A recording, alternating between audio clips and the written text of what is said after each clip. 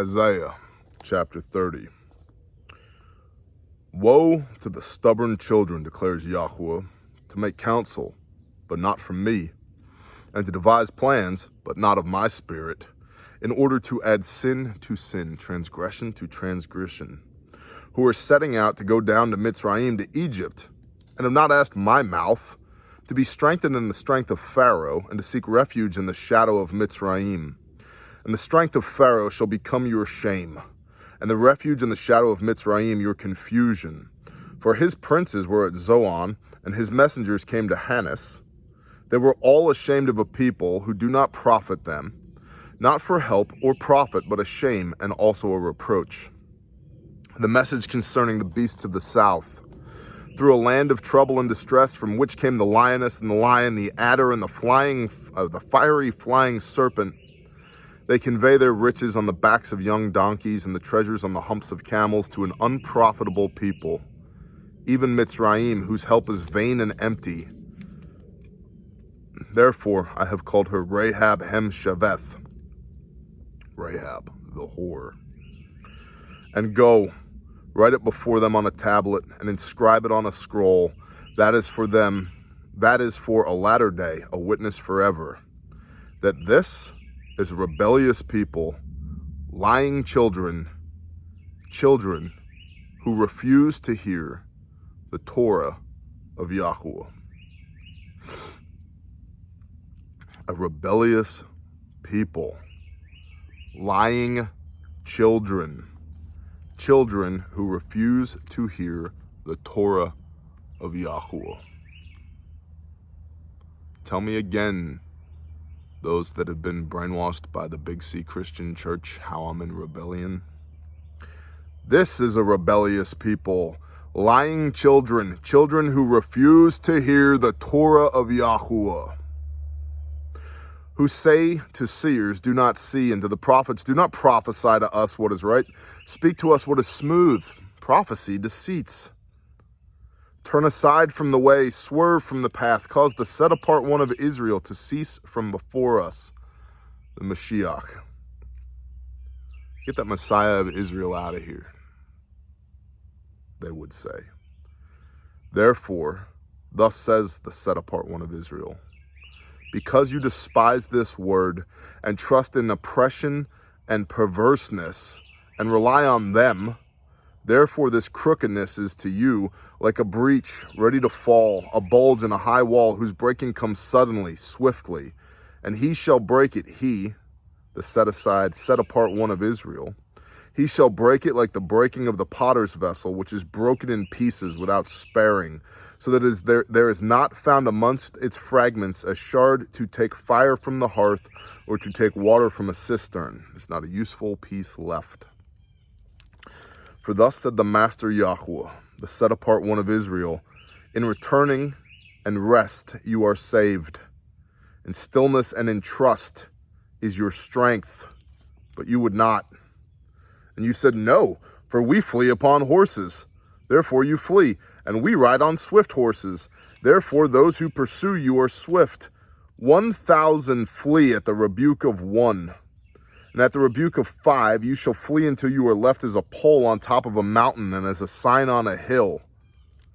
And therefore Yahweh shall wait to show you favor. And therefore he shall be exalted to have compassion on you. For Yahweh is an Elohim of right ruling. Blessed are all those who wait for him. For the people shall dwell in Zion, at Jerusalem, and you shall weep no more.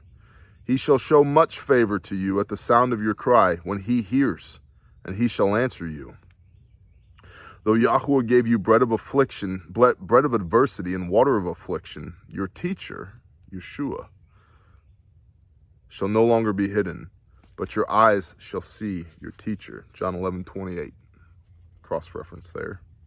And your ears hear a word behind you saying, this is the way. I'm the way, the truth, the life.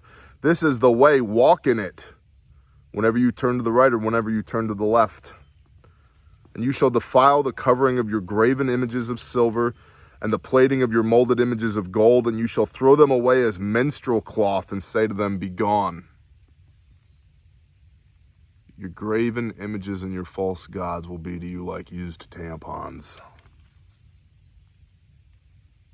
And he shall give you the rain for your seed with which you sow the ground, and bread of the increase of the earth, and it shall be fat and rich. Your cattle grazing in an enlarged pasture in that day. And the oxen and the young donkeys that work the ground eat seasoned fodder winnowed with shovel and fan. And on every high mountain and on every high hill there shall be rivers and streams of water in the day of great killing, when the towers fall. And the light of the moon shall be as the light of the sun, and the light of the sun be sevenfold as the light of 7 days, in the day that Yahweh binds up the breach of his people and heals the wound of his blows. This is prophetic here. See, the name of Yahweh is coming from afar, burning with his wrath and heavy smoke.